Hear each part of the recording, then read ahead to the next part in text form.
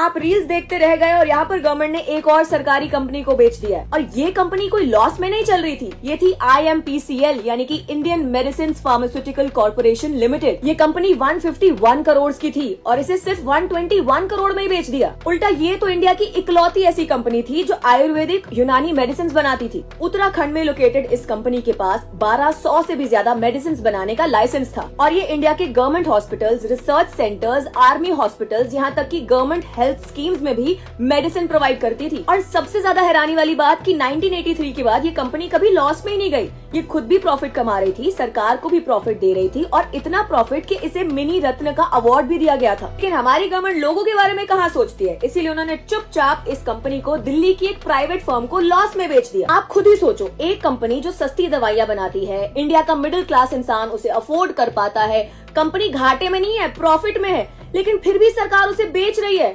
क्या लॉजिक है? मतलब अब तो हद हो गई है। आपकी आंखें खुल जानी चाहिए कि हमारे नेता मंत्री सिर्फ और सिर्फ अपने प्रॉफिट के बारे में सोचते हैं और इस दौरान हमारा और आपका नुकसान हो तो हो। और यहाँ सवाल सिर्फ IMPCL का नहीं है, सवाल ये है कि जो कंपनी देश के लिए इम्पोर्टेंट थी उसे बेचा ही क्यों गया। और अगर आज IMPCL जैसी कंपनी बिक गई है तो कल किसकी बारी है? क्या सरकार सब कुछ ही प्राइवेट हाथों में दे देगी?